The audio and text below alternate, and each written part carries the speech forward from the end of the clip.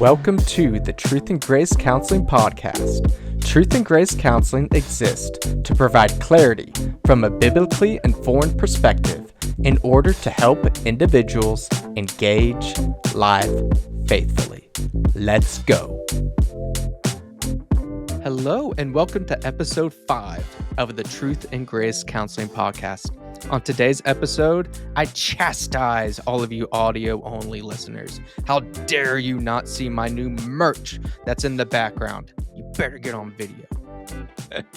I also discuss some new books, some recommendations, one serious, one not so serious, but the serious one, really, I highly recommend. In the meat section, I talk with Vanessa, who has one of the coolest counseling stories that I have heard. You're really going to enjoy her story. In the last word segment, I talk about prayer. No secret here. The word is prayer and why we need to do a better job as Christians incorporating it into our life. I'll meet you at the water cooler. The water cooler. Hello and welcome to the water cooler. So today I've got some cool show and tell. If you're on audio only, then bear with me. You can't see it, but hey, why don't you check check the video. It's pretty cool. There's some neat things that you can't see if you're on audio only. Anyways, to start with, my shirt. So this is a shirt that I bought a couple years back. As some of you have seen in previous podcasts, again, audio, you can't see it. But back here is my Ruby crochet doll, whatever you want to call it, that my sister made me. I have a Chesapeake Bay Retriever, and that, if you don't know what that is, that's a dog. And this shirt, I don't know how well this is picking up on the camera, but it says "like a lab but better." My mom does not appreciate this shirt because she loves Labrador Retrievers. They've had labs for years and years, and don't get me wrong, it's a joke, but labs are great dogs. But Chesapeake Bay Retrievers are kind of like Labrador Retrievers. They're similar size. They're duck hunting dogs. Go in the water, retrieve. They, in physical appearance, the big difference is they have curlier hair. They got a curlier coat. A lot of people, particularly when Ruby was a puppy, they assumed she was a chocolate lab because she has a, kind of a dark chocolatey type of dark brown type of coat. But she's curlier, and personality difference is really the biggest thing, aside from physical, because labs, they tend to just be happy-go-lucky, never met a stranger, just really, really nice dogs. That's why they're the most popular breed. And Chesapeakes, it's not like they are super angry. Like when neighbors come up to my dog, then she'll let them pet her and everything. But they're a little bit more standoffish, way more stubborn. My dog is incredibly stubborn. But on the good side, she makes a way better protection dog than what my parents' dogs do. So my dog Ruby, there's actually some people, and they weren't in our yard, but there's like a alleyway back behind our house, and there's kids just running around back there. They weren't doing anything bad, but Ruby let them know, hey, don't get near my property. So I appreciate that about her. She tries to keep our property safe. So anyways, if you're interested in knowing more about Chesapeake Bay Retrievers, I don't know what the link is yet, but I'll throw a link down there because I love the breed. Other show and tell. I have got a couple books here. First book, this is going to be the more serious of the two books that I have for show and tell. This first one is called Praying the Bible. It's by Donald S. Whitney. This is a fantastic little book. It's only 89 pages as far as the actual reading of it. There's more in the appendix in the back.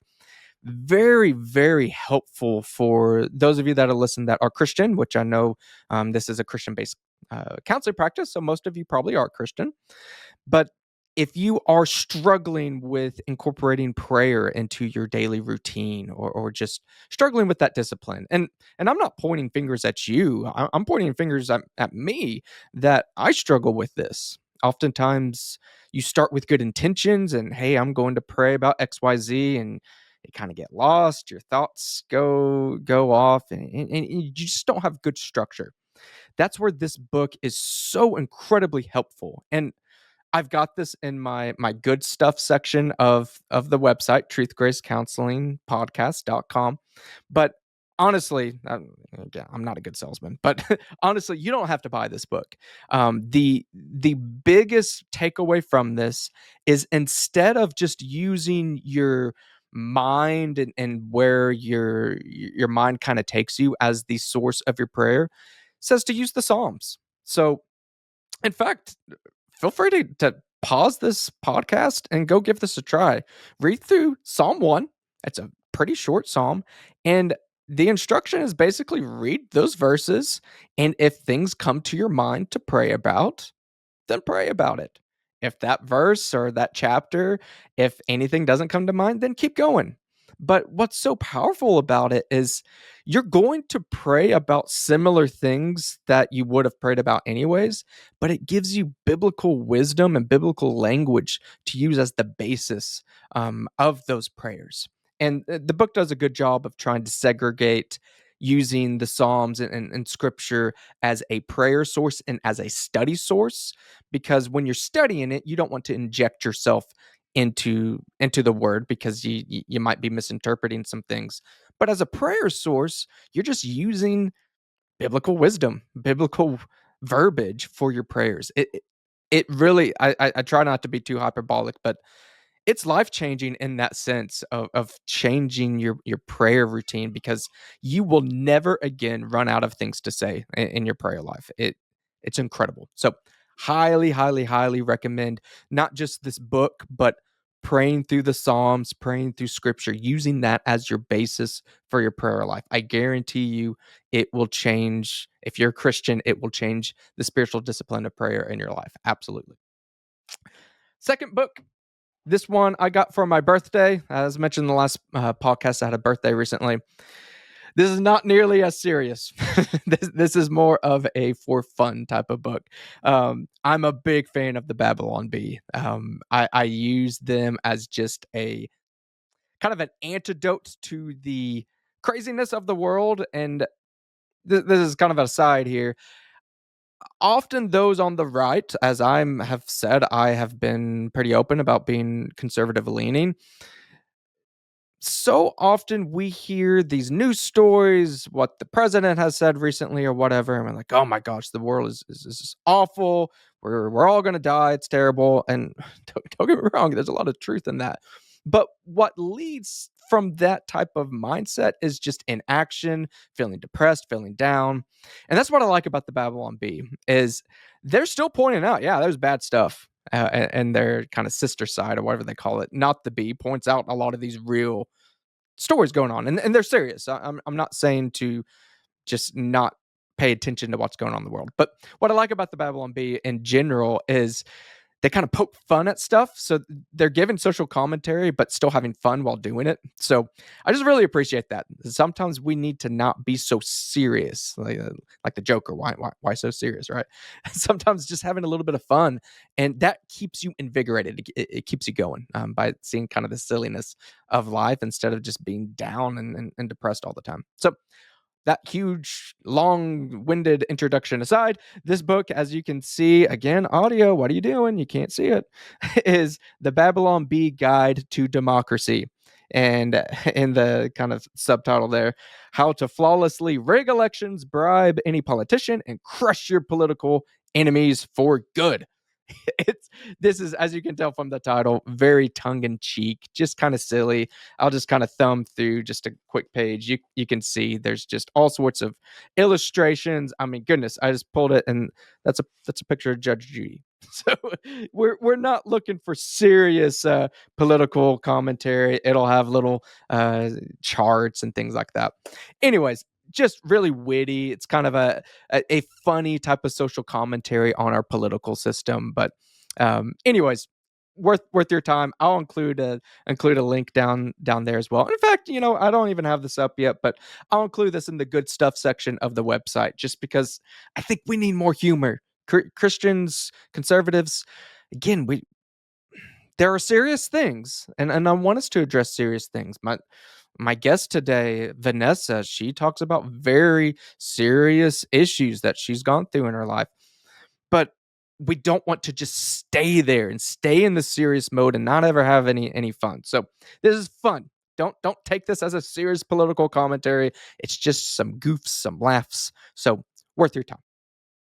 Last thing I'll add, and this is another thing. Gosh, audio people, what are you doing? Come on. Look at the visual. There's some cool stuff back there. Is as you can see in the background, this is kind of my new setup. Got my merch back there, and as I said before, you got Ruby hanging out back there. Um, Again, all of this merch is located on my website, truthgracecounselingpodcast.com. Um, Coffee mug, new tumbler, got a little coaster there. I really want to be adding some new items along the way as well, but really showing support for the show by purchasing some of those items or going on good stuff, getting some of those affiliate links. I also have some pretty cool software trials, things like that on there. There's are all things that I use personally. So yeah, I get a kickback from these items. Don't get me wrong. I'm upfront about that, but everything I have in the good stuff section, I either own, I'm using, or I really believe in the content that I'm putting on there. So it's not just me throwing stuff out there shilling for money, being the new Christian conservative grifter out there. Uh, sure, I'm asking for some support there, but these really are items that I believe in. So, anyways, give that a look, and I will go ahead and meet you at the meat section. I got a pretty cool interview today. The meat section.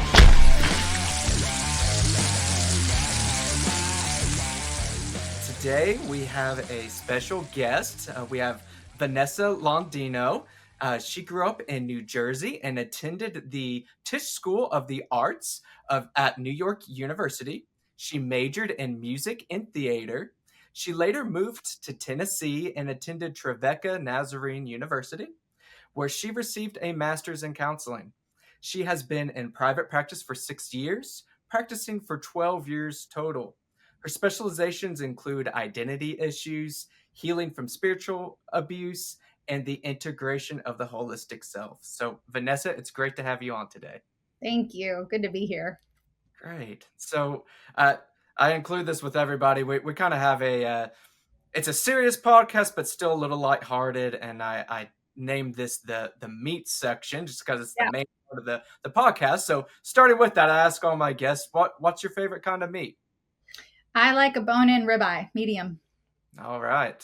Just Yep. straight medium, no medium rare, medium or well done, just right down the middle. Ooh, not well done. That's a hockey puck. No, I can't do it. I grew up eating medium rare meat, and somewhere around middle age, I just had to nudge it up to medium. I don't know why.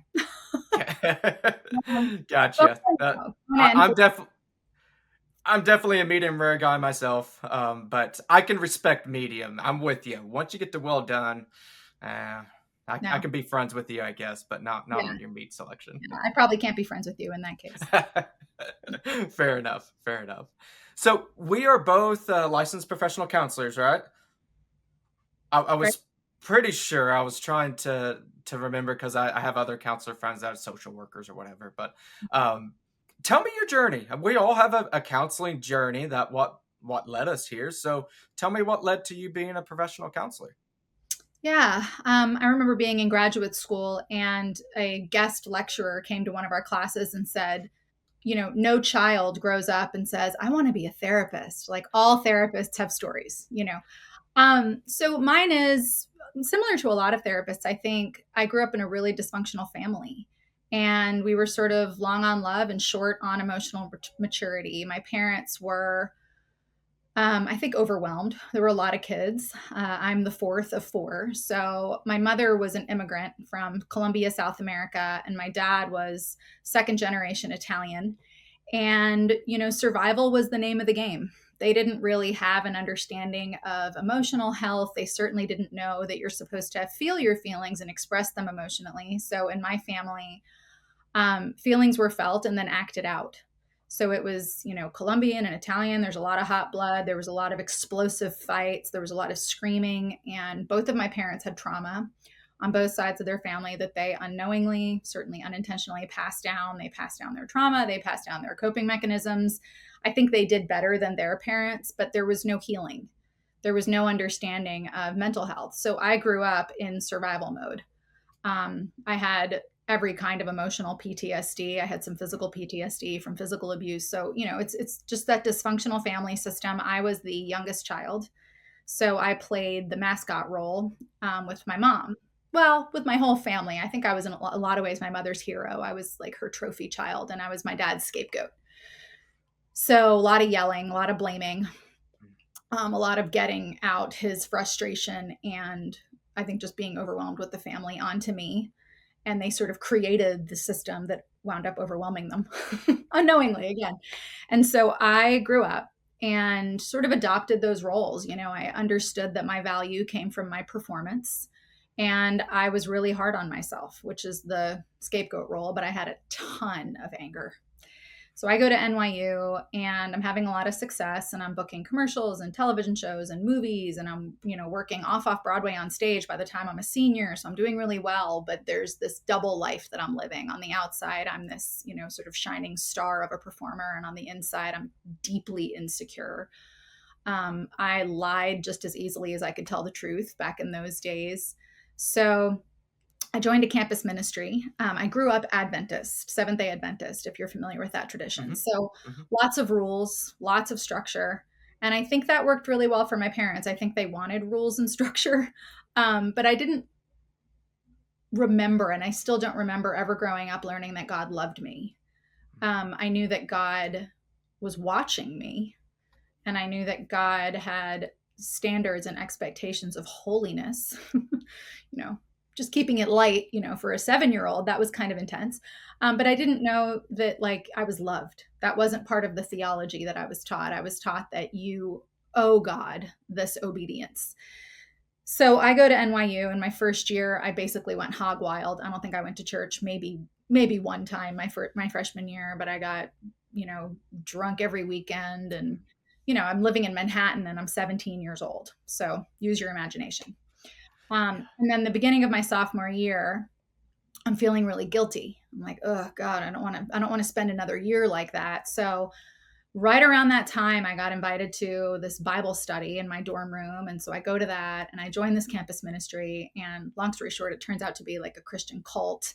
So my spiritual formation is disastrous at this point. Like, I don't have any experience of grace. I don't have any experience of like calm, really. I mean, all of my spiritual, and this is sort of, goes hand in hand. So I leave that church. I remember I walked out into Union Square Park, which is right at 14th Street and kind of a block away from Fifth Avenue in New York. And I remember just walking outside of my dorm. I was about 20. Well, I might have been a little bit older because I was not living in the dorm at that time. I was in my early 20s, and I put my hand up like to heaven and said, "Leave me alone. Do not come after me. I'm done." And I was done. And I stopped going to church, and I started reading all of the atheists of that time, like Richard Dawkins and Christopher Hitchens and Sam Harris. And like, I'm flooding my mind with there is no God. And of course, there's no God. And it's starting to make sense, except that Dawkins really doesn't make sense. It's logically really flawed. That book is really logically flawed. But I'm still searching for truth. I moved to Europe. I was in the cast of West Side Story, the European tour. I'm playing Maria. So I'm like living this dream role, and I'm reading The Road Less Traveled by M. Scott Peck. And right around that time, I made a phone call to a therapist because I was in a pretty dark place. Again, there was an inner and an outer Vanessa. The outer Vanessa was like the starry-eyed performer, and the inner Vanessa was tormented. So I left a message on this therapist's voicemail, and I said, hello, my name is Vanessa Landino, and I need someone to call me back. I'm afraid I'm going to hurt myself. And she called me back within hours. And she said, why don't you come in today? And that was the Wow. beginning of therapy for me. So I went and saw Mary Coonan in New York City. I want to send this to her if she's still around. And she was the first person in my life ever who showed me compassion. Wow. Um, and she was the first human who didn't objectify me.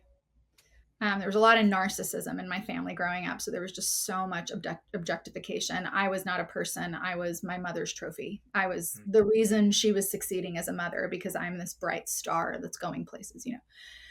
And so I go to see Mary, and I think I spent the first 6 months in therapy just weeping, like weeping and crying, probably 22, 23 years of tears at that time. And Yeah. she was so patient and so kind and so comforting. And she was motherly. Mm. And, you know, I told her I'd left the faith, and she was like, okay, what did you leave? I mean, she just had all these great questions. They weren't shame based. I was allowed to explore things. And then we started talking about my family of origin, and she started calling a spade a spade. And she was like, that's narcissism. That was abuse. And I remember telling her, because, my mother was old school, and she would whip me with a leather belt when I was, disappointing or bad or whatever. And I remember telling my therapist this, and this was such a seminal moment in therapy. And she said, Vanessa, that's physical abuse. And I remember in denial, protecting the family system, which is the role of the hero child, right? I was like, no, Mhm. no, no, that she's just old world. It's Colombian discipline. And she was like, no, that's physical abuse. And so slowly I'm starting to learn that I have rights and that I had rights, and then a lot of those rights were validated. So fast forward, I moved to Europe. We did therapy over email at that time because we didn't have Zoom and I couldn't call her. Uh-huh. So she's giving me therapy over email. But I wanted to keep doing therapy. And so I'm searching every spiritual tradition you can imagine. I'm reading the Bhagavad Gita. I'm even reading the Quran. I'm reading Buddhism. I'm reading New Age mysticism. I'm reading everything, and I'm searching for truth. And I can't find all of it, but I'm getting pieces of it. So I come back to the States after having broken every commandment, literally every commandment. People are like, how did you murder? I'm like, I have had an abortion. Like, I have broken every commandment. I've done everything I swore I'd never do. And I come back to the States, and best thing you could do at this time, get married. So I got married, and that was a very, very troubled marriage, and it only lasted 5 years. But at the end of that marriage, the only thing I could describe was I began to hear a voice within me that was bigger than me. And I knew it was bigger than me. And I was so open. My heart was open, my mind was open. I just wasn't open to Christianity because I had taken that off the list of where truth lives. So I'm still in therapy. I'm still doing all this healing work. Now that I look back, I'm like, oh yeah, that guy was cognitive behavioral and she was psychodynamic. I'm finally Uh-huh. learning what now I know what they were doing with me. But at the time, all I knew is that I was being heard Right. and my pain mattered. And it never mattered in my home, but it mattered now. And so I'm developing what therapists call ego strength. I'm developing self respect for the first time in my life. I'm developing self confidence. And right around that time, I hear this voice in my head. I don't know if it was in my head. It was a sense I had within me that I was connected to something bigger. That's the best way I could put it. Mhm. That my life was part of this, like the energy of the universe, and I'm connected to a bigger thing. But again, Christianity's way, like, I'm like, no, that's not what this is. And so I start kind of paying attention to this sense within me that I'm connected to the larger energy. Okay. And I'm noticing that, like, I'm made of the same stuff as trees and plants and flowers and animals. And like, it's all energy, it's all atoms. We're all part of this energy field. And so I'm getting into that sort of spirituality and that kind of like, Mhm. new age spirituality. And then at one point, I was sort of like, God, is that you? And what I heard, felt, sensed, whatever, was, it is me. It's always been me. I've always been here. Come home, Vanessa. Mhm. I could cry. I mean, I was like, Yeah. okay, here I am. I am the woman who's lived the sinful life in that town. Like whenever I read Uh-huh. this, a woman who had lived a sinful life in that town, Yeah. that would be me. So at that time, I didn't believe in prayer. Christianity was off the table. I did not believe in prayer, but I was thinking, but I was kind of thinking upwardly. So I used to call this prinking. Like, I'm not praying, I'm not thinking, I'm prinking. And so I prunked.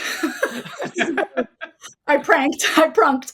Um, anyway, I was pranking myself, but we could go down that road. So I'm pranking. And I remember sort of like, there is a God, and this is it. being connected to the being, the energy, the source of everything that is. And that was like the first conversion. And it was very real. And it also made sense with everything I'd been studying. You know, the laws of the laws of physics support the existence of God. Like there is an energy field and we are all part of it. And so all of these things that I've been studying, man, I was reading quantum physics at that time. I was reading for fun. I mean, it was a time of Like learning. just light reading, You nothing know, big. I didn't get a lot of it, but I was trying. You know, I was searching, and so then I remember, and this all kind of goes together because this whole time I'm in therapy, and I thought when I left the church and got into therapy, without realizing it consciously, I was sort of like, this is where love lives. Love lives in a therapist's office. Healing is in a therapist's office. Like I thought therapy was the safe place because no one was hurting me there. And my family wasn't safe and the church wasn't safe because I had been spiritually abused in this campus ministry and the Adventist church. I have nothing against Adventism at this time at all. I have so much gratitude for the way I was raised at this time. But then it just felt like rules. Like that's not healing. I don't need more rules. So I'm having a healing interaction in a therapist's office. And then here comes God back in my life. And then I remember saying, okay, at this point, God, I'm a deist. Like, I believe you exist, but I don't believe in Jesus. So if you're cool and I'm cool, I can live out my whole days, like all of the days of my life as a deist. I love this. I love you. You love me. I believe I'm in the love now. Who needs Jesus? You know? And but I was actually asking the question. My heart was genuinely saying, if Jesus is real, you're going to have to teach me about it because I don't want to go back to that. I don't want to go back to Christianity, not the way I knew it.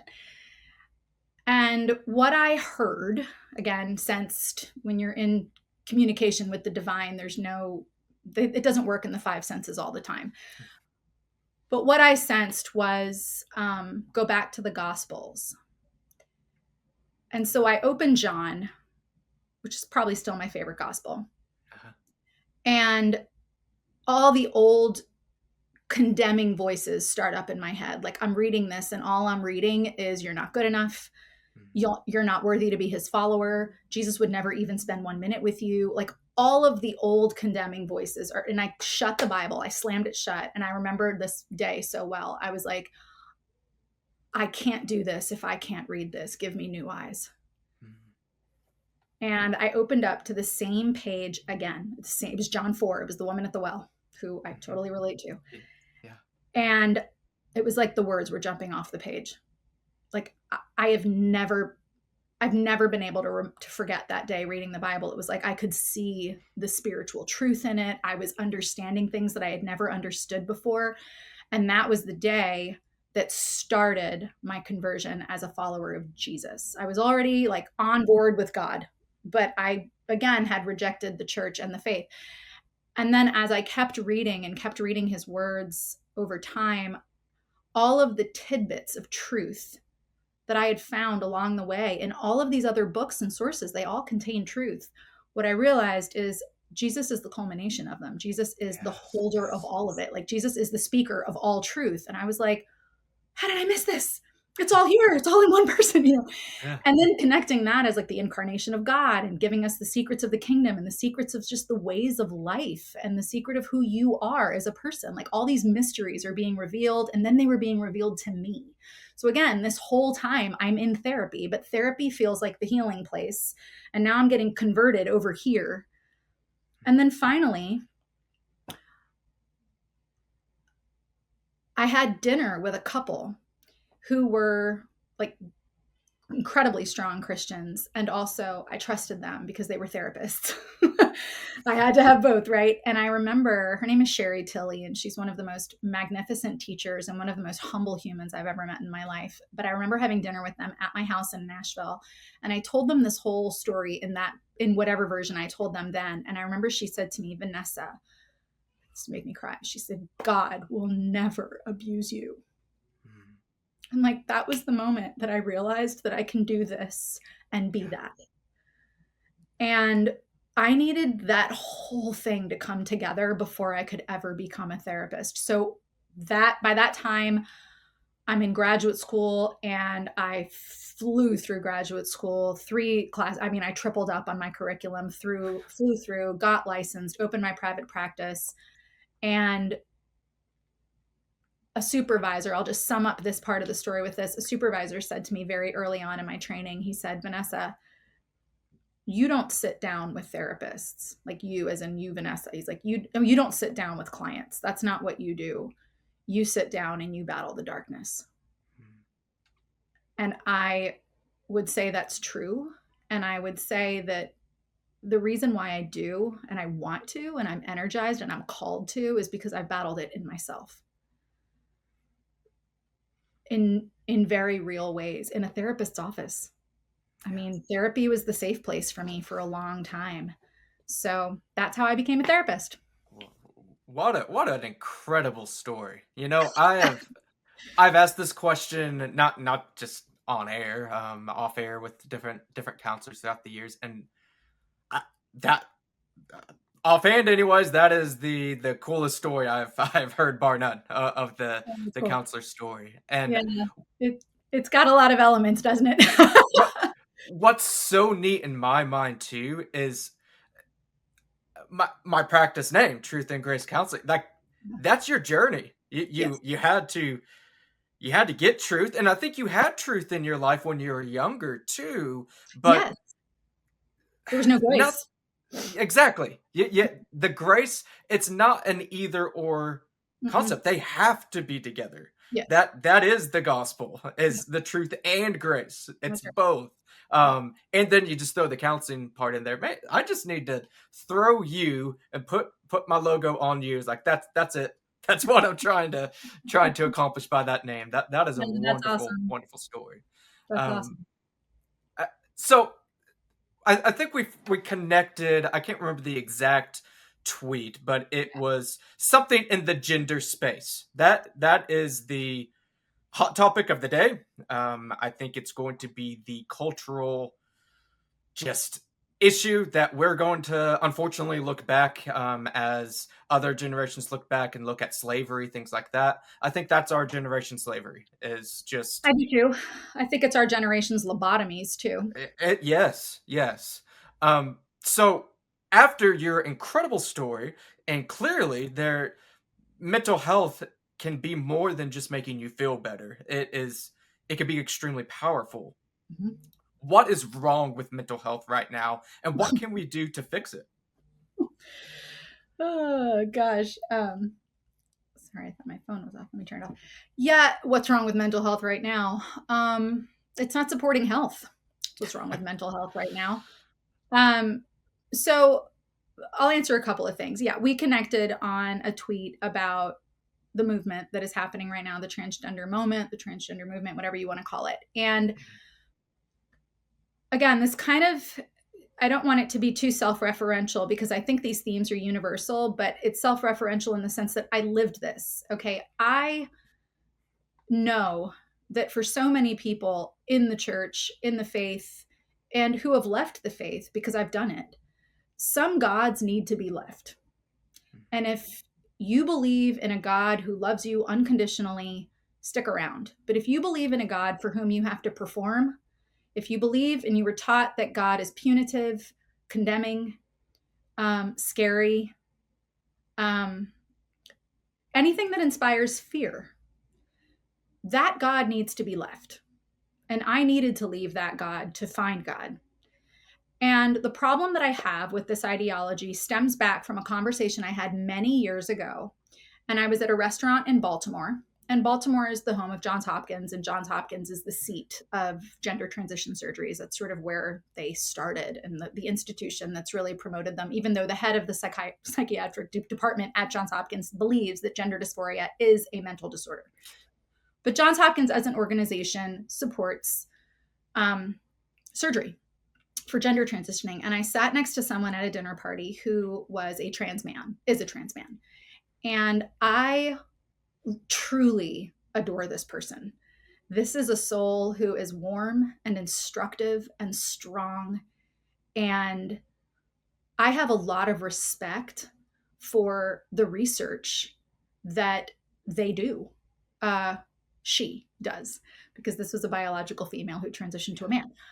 And I don't want to say any names because I'm not going to do that. But I'm sitting at a dinner party and I said, and I'm one of those people who can't small talk. I think it's a curse of a lot of therapists, but I can't small talk. And I'm also an Enneagram type 4, if you know anything about that. So we live on a much deeper level and it's boring for us anywhere else.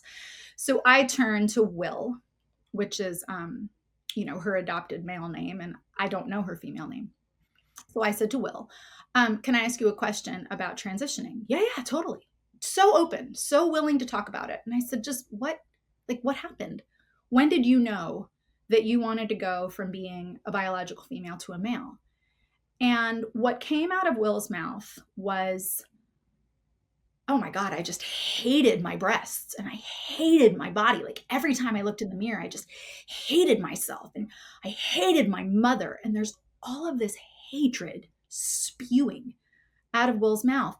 So, fast forward to the current transgender moment, I don't believe, first of all, that good decisions about the self are based in self hatred.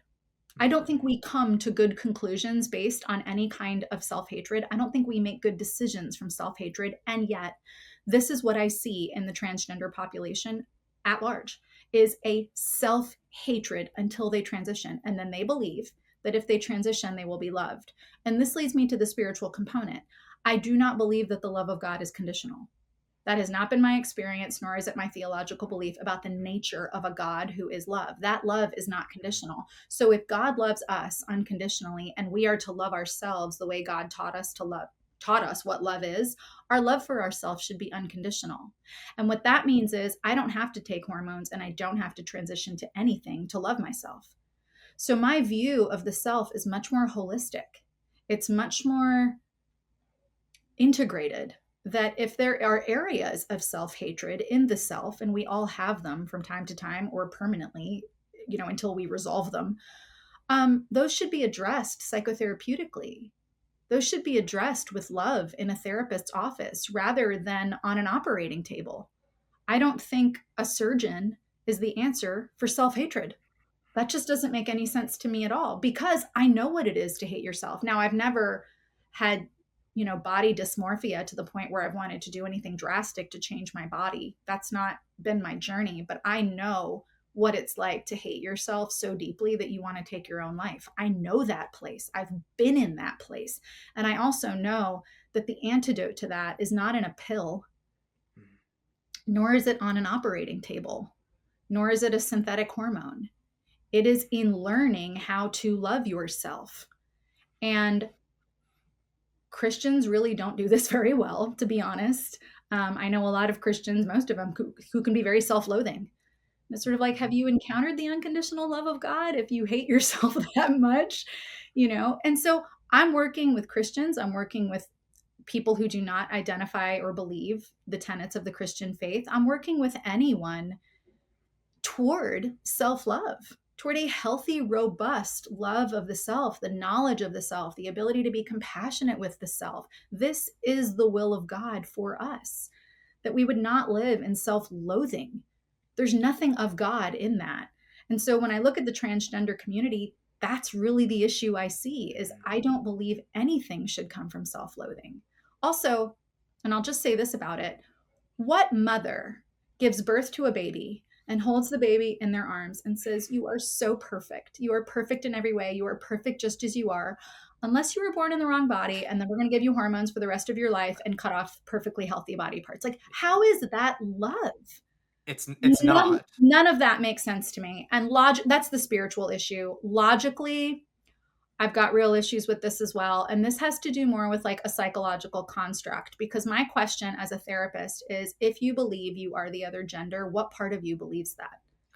Like, what part of the psyche is gendered? And if you are, let's say, born a female, assigned female at birth, right? We would say, however the acronyms now are driving me crazy, but I can't keep up. biological female, but you believe you're a male. You are a biological female, otherwise you wouldn't need to transition. Okay, so let's establish that You are transitioning from one to the other, which means you are the one first before the other. Let's just assume you could transition.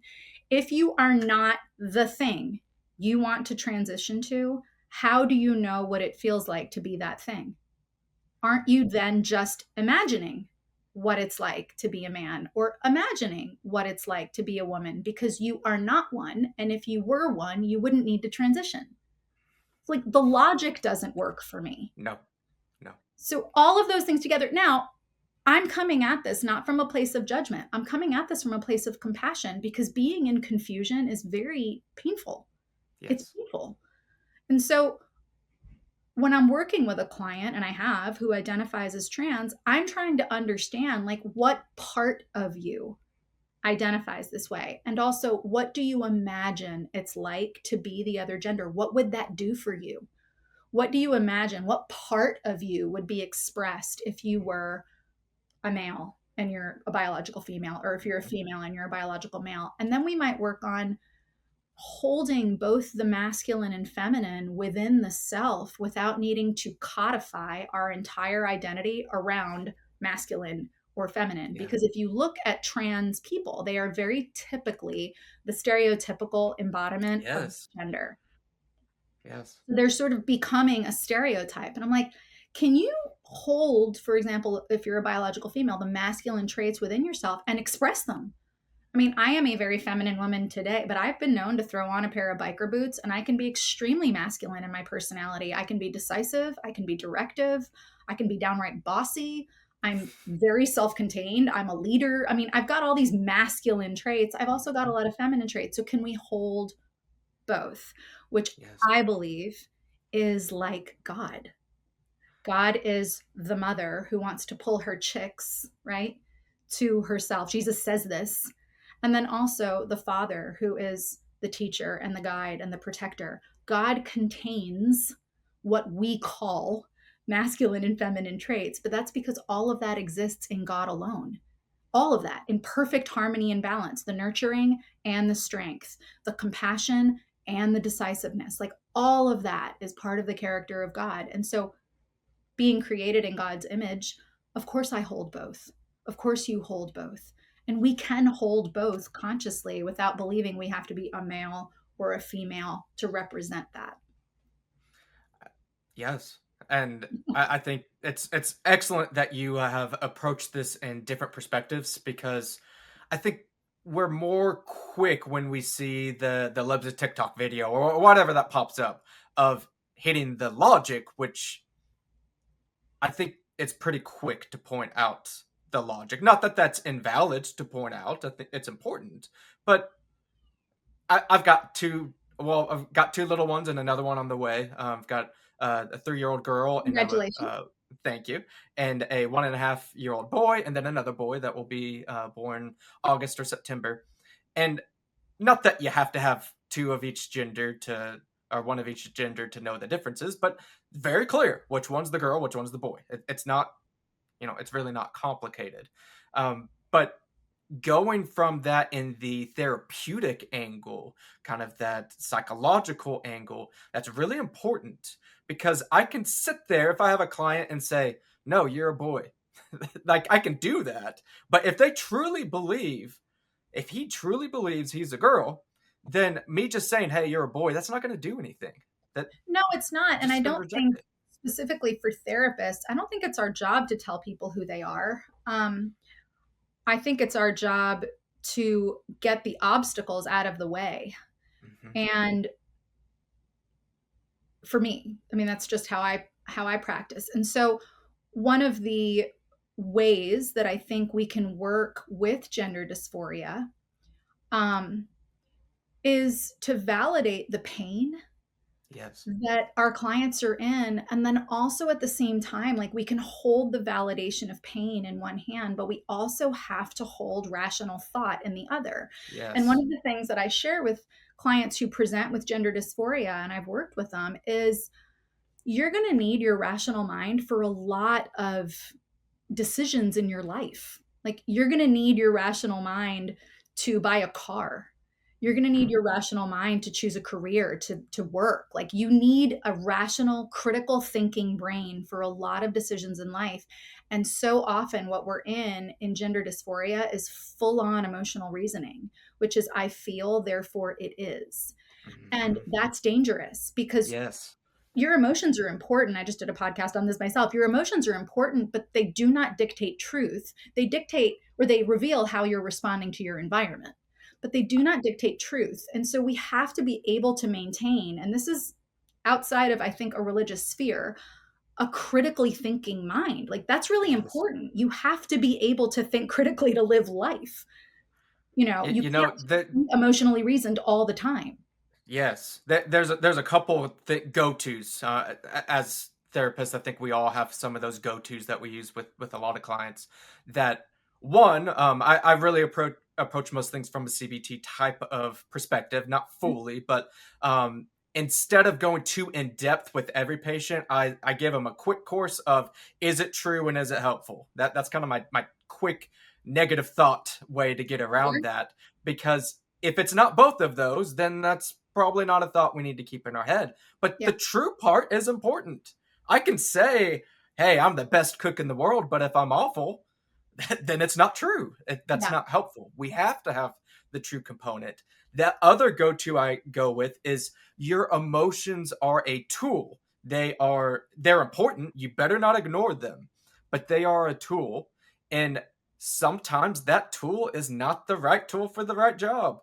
And if I feel that, man, I just look ugly, I'm the worst, it's terrible, I can feel that, but in all actuality, I might be looking great that day. And I could have people point that out to me. And just because my initial feeling felt that way doesn't mean that it was true. My feelings can Yeah. be off. Yeah, and I like CBT. And then what I don't like about CBT is that it doesn't go deep enough for me. I'm much more psychodynamic in my understanding, and Sure. it's existential. And so what I will work with is, okay, let's get into the philosophy of identity. How do you know something is true? Like, what is your process of sussing out what is true about yourself and what is not? And let's make sure that that process is sound so that you can apply that across your life, because there's going to be a lot of influences in our lives and a lot of voices that we encounter along the road of life that are going to, for their own ambition or whatever agenda they have, tell us who we are. And our ability to have a process in mind and in our hearts that we can go to every time is extremely important. And if the process is, I feel it, therefore it is, that is only one stream of information. The streams of Right. information about our lives are our feelings, for sure, our thoughts, our gut, our spirituality, and other people's responses to us. Very often, other people get it wrong, but we They do. need an internal process within ourselves that's not just reliant on the emotional. That is but one stream of income, one stream of Yes. income, one stream Well, of hey, information I about this. I I also use kind of an economic type of model too, so that does Yeah, let's kind go of with the work there. metaphor, right? Great. This is wonderful, wonderful information, and I'm so glad. I was talking to another therapist here recently of just when somebody speaks out against the narrative, it it's just so invigorating, because we live often in a constant gaslighting that if you Mhm. don't go with the kind of current gender ideology and everything, you're the only one person that feels that way. Everyone else is in their own little world, and you're the only therapist that thinks that way. It's Mhm. not true. Mhm. And having the courage to speak out and to share these things, it's so invigorating. I think that's why we Mhm. connected, because Mhm. you just love seeing that, and knowing that there's still hope. There's not Mental health field hasn't totally been taken over. There's still independent voices out there. We just got to continue speaking up. And Yeah, I think so. I wish the field were doing its job, and its job is to help people understand themselves And what we're doing with a culture of affirming is we're missing a lot of really important markers. Yes. Was there trauma? Are they in an invalidating home environment? That's hugely important, because what do we do Yes. when we're in an invalidating home and if we're talking about, Lisa Littman's research, rapid onset gender dysphoria, it's mostly teenage girls. They're mostly Caucasian teenage girls. That's Yeah. the largest demographic. But if we're looking at the home environment, what are we seeing there? Because, and I know this to be true, when the home environment is not validating and it's not safe, we will seek community and belonging somewhere because we need Yes. it. Those are human needs. And, you're talking to someone who joined a cult and didn't know it. So I know what it's like to trade in freedom for belonging. Yeah. And I think in this moment, we need to be asking that question instead of just affirming and sending people for hormones and surgery. Let's just stop and go, wait a minute. Why don't you tell me everything that's going on in your life right now? And when were you first introduced to this ideology? And how was it framed? Because very Yes. often it's framed as the answer to your pain. And again, as a therapist who I don't believe it's my job to tell people who they are, I would again keep exploring that. Well, how do you think that this might take away your pain? How is your gender connected to the fact that you were sexually abused? Or how Yeah. is your, I mean, and this could lead to some very important discoveries like, well, Yep. maybe if I'm a male, I won't be as susceptible. I mean, that's a very important discovery to get, but we don't get there because unfortunately our field is 2 inches deep right now. We're not doing the deep work. Like, we should be Yes. exploring this, we should be understanding this on deeper levels, and instead we're like, oh, you say you're that, great, you're that, go get hormones. Game over. It's over. Yeah. Like, that's not Yeah. Yeah. therapy, that's not No. psychotherapy. Psychotherapy digs in, psychotherapy Yes. asks questions, psychotherapy Yep. makes us uncomfortable and makes us face ourselves and face what Yes. we believe and what we think. And that, as a therapist, is my job. And so Yes. I trust the process. I'm not going to sit and look at a client and say, well, you're a male or you're a female. That's not my job. But my job is, tell me more about what you believe a female Yep. is. Tell me more Yeah. about what you believe a male is. And I trust the process. Whatever Yep. process, is helping someone get to the core, the root of what they believe and why they believe it. That's a process I trust. A- Absolutely. I think that's wonderful, and we need to continue to be sharing that with other therapists. Because yeah, just saying, yep, nope, you're good. Oh, he abused you. Oh, nope, that's cool. We're good. Like, no, we Well, don't do that. and I think a lot of therapists are like, trans is the new gay. Yeah. And I don't believe it is. Being gay, being homosexual does not require that you undergo surgery, and it does not require that you transform like your core identity. Like, there's nothing that's happening in the homosexual population typically on like a cellular level, whereas in the trans population, like, this is a completely different set of Sure. identity standards. And Sure. so we're not talking about homosexuality today, but I think a lot of the reason why so many therapists have jumped on this wagon is because, oh, this is the new gay, we need to support. I'm like, this is different. This is not the new gay. This is a very different presentation. It is. Sexual It is. attraction is autonomic. It's not a choice. It's autonomic. You get a rush of blood in the presence of one thing or another. Okay. I'm not going to get detailed on it because it's, for your audience, but like, that's a fact. Okay. This is not Sure. that. This has to do with self concept. Sure. This has to Sure. do with self identity. And that is a very different set of questions. So it's not Absolutely, the it new is. gay. It's not. Absolutely. Well, I think this has been an extremely wonderful conversation. Where can people find you, find your work, find your Yeah. information to learn So learn I more have about you? my own podcast, Johnny. It's called the Vanessa Landino Podcast. It's my name. So you can find me everywhere that you listen to a podcast. My website, vanessalandino.com. I wrote a book that I put out last year called The Toolbox, the tools we need to build relationships and repair them when they break. And the last weekend of March, if any of your listeners are in Nashville, I am hosting a workshop on my book called the Toolbox Workshop, and I'm going to be teaching it for 2 days. I'm teaching my own book. So they can sign up for that on my website, which is vanessalandino.com. Wonderful. Well, I'll include all those links down in the description. Please look up her stuff. I'll include a link to the book and everything, the workshop, and yeah, All it right. is Been great having you on, and Thanks. wish you the best and keep doing great work. You too. Thank you. All right. All right. Bye. The last word. Today's last word is prayer. Now, those of you that are listening that are Christian or any type of spiritual belief, you understand the importance of prayer.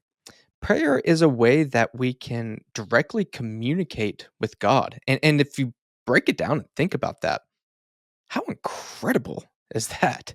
You get to communicate with the creator of the universe. It's incredible. And prayer is something that I think because so many of us are so used to it, it doesn't really sink in how incredible, how awesome. Awesome is one of those words we throw around all the time. I'm guilty of it, of just something cool, but awesome, like incomprehensible, incredible that we get to communicate with the creator. That is incredible. I mentioned earlier in the water cooler of that recent book that I read, Praying the Bible. And I'm discussing prayer again in the last word segment because of how important prayer is for the Christian life. I know oftentimes we think of prayer in a way that it if you go to church, somebody goes up to pray for the offering, or it's really just segue. It's after we get done singing in church. It's after the preaching. Yeah, it's really just a holy segue. And in our personal lives, it tends to just be very focused on what's going wrong, the elements of life. For me right now, I know I've mentioned this in other podcasts. Pray often for my wife. She's sick right now, and it's difficult for her. It's difficult for the whole family. And don't misinterpret me. I think praying for ailments, praying for things that are going wrong in your life is important. That's why it goes back to the Psalms, though, of getting the full gamut of what we need to be praying for. Yes, ailment. Yes, crying out in despair. Crying out if you're dealing with depression, of lamenting, God, why is this happening to me? That's in the Psalms. We need to learn how to lament, how to pray for things that are difficult in your life. Yes, that is huge in your prayer life, but that's not it. In your prayer life is also thanksgiving. Boy, how thankful are you that things are going well in your life, that you have a roof over your head? I know for me right now, going back with my wife, as much as I might lament, man, this is rough. Rough seeing her deal with the sickness during the pregnancy. We are joyful that we have another little boy coming into our life. You need to have both the joy and the lament, both of those, and everything in between is part of that prayer life. That's why I go back to let the scriptures let them guide your prayer life. Sometimes we can become very arrogant in our own understanding. And again, I'm not just pointing at you, I'm pointing at myself here. If you think that you've got your prayer life or your spiritual life is better off than King David, then you might want to reevaluate yourself. So think for a moment if you're like, okay, I got to be super spiritual all the time with my prayer, and maybe I don't know how to lament. I'm all about being happy. If you think about that, that goes back to the last word I talked about in the last podcast of humility. That's a very arrogant thing to think, that my problems are so big that I don't need to talk to the creator of the universe, talking to my savior that have cleansed my sins away. I don't need to bring that to him. He can't handle that. You may not be uttering those words or thinking those exact words, but that's the logical conclusion there. The Psalms are filled with just gut wrenching, horrible moments. God can handle it. Don't be so prideful that you don't feel that God can handle your concerns. He can. I promise you. Don't feel that you throwing stuff out there and not knowing the exact right word choices should stop you from prayer. No. But that's why, again, I emphasize using the Psalms. It has great biblical language. It teaches you how to lament in a biblical way. God is not mad at you for throwing concerns his way. He wants you to. That's why he gifted us his holy word. Use it. Use prayer or use scripture to guide, to inform your prayer life. I cannot emphasize enough of how much that this can change your life, not just your prayer life, obviously, but I'm a counselor. That can impact your mental well-being. So often we look at depression, and don't get me wrong, I'm not making a lightheartedness. Depression is an evil, and it has a very negative effect on many people. Don't misunderstand me on that. However, there are many people that depression is a sense of just spiritual, just for lack of a better word, spiritual constipation. You're not doing anything. You're stuck. And that stagnation of your spiritual life, of your prayer life, maybe you're not going to church, you're not in scripture. Not saying 100% that's why depression happens, but it can be a big chunk. If life is just all about a physical matter, you're born and then you die and then that's it. Yeah, you're going to be depressed at some point because what's the purpose? That's really where depression sinks in, is a feeling of hopelessness, of worthlessness. You have worth, but it's not because of your actions, it's because of your creation and who created you. And what better way to reemphasize that than to be active in the word, active in a local body, and active in your prayer life? I urge you, get started today, right now. Pause this video, turn it off, read Psalm 1, let that guide your prayer life, and let me know what difference that it's made. Thanks again for joining me on this latest episode of the Truth and Grace Counseling Podcast. If you want to help support the show, again, please visit truthgracecounselingpodcast.com. You are welcome to buy some merch or go onto the good stuff section, like, oh, there went praying the Bible, but where you can find books like the Babylon Bee Guide to Democracy. And there's also a donate button there as well. So feel free to go to those sections of the website to help support financially. But again, if you don't want to support financially, like, share, comment, subscribe, all those little things, they really do help spread the show. Feel free to check out Vanessa's content in her book. I've got that listed down in the description below. And also, I haven't mentioned this in the last couple of podcasts, but I've got that show feedback form, just a little Google form down there. If you have any feedback or have any guests, things like that you would like to have on the show, please feel free to give that a look as well. All right, I wish you the best, and I'll see you next episode.